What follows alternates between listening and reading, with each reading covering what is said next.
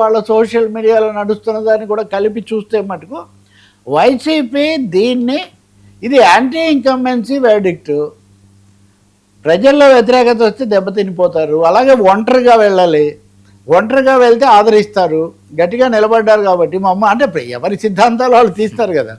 కాబట్టి ఇక్కడ జగన్తో పోలిక తెచ్చుకునే ఒక ప్రయత్నం చాలా బలంగా ఇక్కడ జరుగుతున్నట్టుగా ఉంది. ఇంకొకటి వాళ్ళు చెప్పినా చెప్పకపోయినా టైమ్స్ ఆఫ్ ఇండియా లాంటివి ఇందాక నేను చెప్పినట్టుగా ఇదేదో హిందుత్వ క్రైస్తవం ఇదంతా వచ్చినప్పుడు చూస్తున్నారు కదా, మీరు దాన్ని ఎందుకు చేస్తారు, అక్కడ ఒక కొత్త ముఖ్యమంత్రి జోసెఫ్ విజయ్ ముఖ్యమంత్రి అవుతున్నారు అనే దాన్ని కూడా చెప్పకుండానే చెప్పినట్టుగా కూడా మనకు కనిపిస్తుంది.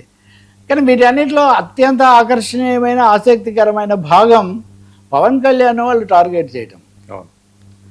ఈరోజు వాళ్ళ పత్రికలో మొదటి పేజీలో పవన్లో అంత ఫైర్ ఏది అని పెట్టారు. ఇప్పుడు పవన్లో ఫైర్ ఉందో లేదో జన సైనికులు చూసుకుంటారు. పవన్లో ఫైర్ ఉండమంటే ఆ జగన్ మీద ఎక్కువ పెట్టిందే అవుతుంది కదా. ఫైరు ఉండద్దు అని మీరు కోరుకుంటారు. అటువంటిప్పుడు పవన్ కళ్యాణ్ ఎలా వైసీపీకి ఎలా టార్గెట్ అవుతారు? ఇదో పెద్ద సమస్య. కానీ వాళ్ళ పత్రికలో వాళ్ళ సోషల్ మీడియాలో పవన్ను విజయ్ని పోల్చి పదే పదే విజయ్లాగా పవన్ లేడు, విజయ్లాగా పవన్ లేడు, పవన్ కళ్యాణ్ ఇటు చంద్రబాబును ఎక్కువగా ఆయన వెనక తిరుగుతున్నారు అన్న పద్ధతిలో చేయటం మనకు ఒకటి కనిపిస్తుంది. అంబటి రాంబాబు అయితే ప్రత్యేకించి దీని మీద ఒక విశ్లేషణ విడుదల చేశారు. మాజీ మంత్రి ఆయన ఎక్కువగా వ్యాఖ్యానం అది చేస్తుంటారు కదా. అంటే ఆయన మరి పార్టీ నాయకుడు గానా లేకపోతే నిజంగా అంబటి రాంబాబు గారు కానీ ఇంకో వైసీపీ నాయకుడు కానీ పవన్ కళ్యాణ్ బాగా కోలుకొని తొందరగా బాగా ఒంటరిగా నిలబడి అధికారంలోకి రావాలి, ముఖ్యమంత్రి కావాలని కోరుకుంటారా?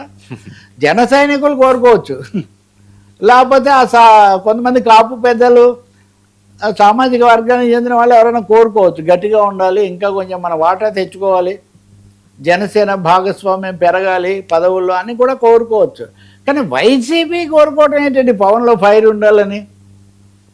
ఇంకొకటేమో పవన్ ఊరికే డైలాగులు చెప్పాడు, విజయ్ అక్కడ చూపించాడని. ఇప్పుడు పవన్ విజయ్ పోటీ అది ఏ కోణంలో వైసీపీకి ఆసక్తికరమవుతుందో తెలీదు. ఇంకో మాట యాంటీ ఇన్కంబెన్సీ, ప్రజలకు వ్యతిరేకంగా వెళ్తే ఓడిపోతారు, వెనక్కు తిరిగి చూసుకోవాలంటే మరి 11 స్థానాలకు పడిపోయినటువంటి ఈ మధ్య కదా, ఇంకా 2 ఏళ్ళు కూడా కాలేదు, 11 స్థానాలకు ఆ పార్టీ పడిపోయినప్పుడు అది కూడా చాలా తీవ్రమైన యాంటీ ఇన్కంబెన్సీ కదా.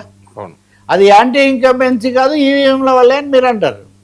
సో ఇట్లా ఎవరికి తోచిన ఇవి వాళ్ళు చెప్పుకుంటున్నారు. కానీ నేను అనుకోవటం ఇంకా కొద్ది రోజులు దీన్ని కొనసాగిస్తారు ఖచ్చితంగా.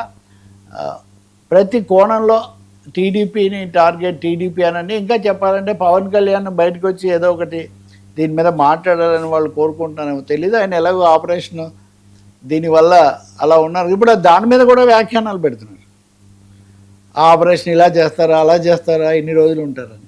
ఇవన్నీ వ్యక్తుల మీద కంటే వీటన్నింటిలో స్పష్టమైన సైద్ధాంతిక అంశాలు కనిపిస్తున్నాయి. కాబట్టి వాటి గురించి ఆలోచించాలి. ఎవరు నేర్చుకోవాల్సింది వాళ్ళు నేర్చుకోవాలి.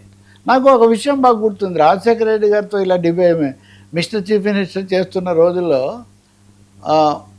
శాసనసభ ఎన్నికల ఫలితాలు వచ్చాయి. ఐ థింక్ 2006లోనో లేదా 2000 అప్పుడు బీజేపీ వాళ్ళు గెలిచారు, కాంగ్రెస్ వాళ్ళు గెలిచారు. అట్లా అప్పుడు ఆయన ఒక మాట అన్నాడు, పని చేసే వాళ్ళను మళ్ళీ గెలిపిస్తారని. మనకు దీన్ని బట్టి అర్థమవుతుంది అంటే బీజేపీ గెలిచిందా, చంద్రబాబు నాయుడు ఒక విధమైన పాఠం తీశాడు దాని నుంచే రాజశేఖర రెడ్డి ఏమో ఇంకో పని చేసేవాళ్ళు వస్తారు అంటే ఆ షీలా దీక్షిత్ 3వ గెలిచారు, శివాజీ సింగ్ చౌహాన్ 2వ గెలిచారు, దిగ్విజయ్ సింగ్ కూడా 2వ గెలిచారు. సో ఇక్కడ ఏంటి, ఎవరికి తోచింది వాళ్ళు తీసినట్టుగా. ఇక్కడ విజయ్ గెలుపులో కూడా ఎవరి ఆనందం వాళ్ళది అన్నట్టుగా ఉంది. అఫ్కోర్స్ కూటమి ఏమీ పెద్దగా ఆనందించడం లేదు, ఎందుకంటే విజయ్ కూటమితో చేరతారన్న నమ్మకం పెద్దగా లేదు. కాబట్టి చూడాలి మరి. ఇంకా ఈ సినీ కోణం, మత కోణం, తెలుగు సినిమా పరిశ్రమలో చాలామంది మటుకు విజయ్ని మనస్ఫూర్తిగా, మహేష్ బాబు అయితే ఓ మాట చెప్పారు, మీరు ఊహించిన దానికంటే చాలా పెద్ద విజయం సాధించారు, ఇది పూర్తిగా మీరు వాస్తవ ఆచరణ రూపంలోకి అనువదిస్తారు,